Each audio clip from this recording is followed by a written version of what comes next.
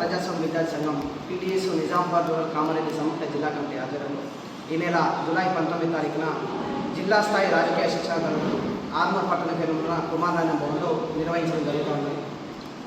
ఏదైతే విద్యారంగ సమస్యల గురించి కావచ్చు, లేదంటే భవిష్యత్ కార్యాచరణ రూపొందించుకున్న పెండింగ్లో ఉన్న స్కాలర్షిప్ ఫీజు రియంబర్స్మెంట్ విడుదల చేయాలని, అట్లాగే ప్రభుత్వ జూనియర్ కాలేజీలో మధ్యాహ్న భోజన పథకం అమలు చేయాలని, అట్లాగే పెండింగ్లో ఉన్న teaching, non teaching, MEO, DO పోస్టులను భర్తీ చేయాలని, ఏదైతే 27,000 స్కూళ్ళు 4,000 కుదించినటువంటి నిర్ణయాన్ని వెనక్కి తీసుకోవాలని, అట్లాగే భవిష్యత్ కార్యాచరణ రూపొందించినందుకు ఈ యొక్క క్లాసులు దోహదపడతాయని తెలియజేస్తా ఉన్నాం. ఈ యొక్క క్లాసులకు ప్రారంభ ఉపన్యాసక CPIML మాస్లైన్ ప్రజాపంత రాష్ట్ర కార్యవర్గ సభ్యులు పి. రామకృష్ణ.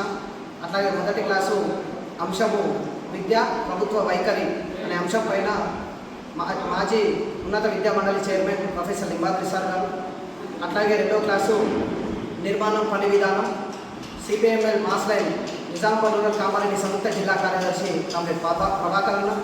అట్లాగే మూడో క్లాసు PDS చరిత్ర అనే అంశం పైన PDS రాష్ట్ర ప్రధాన కార్యదర్శి కామ్రేడ్ అనిల్ అన్న వచ్చేస్తున్నారు.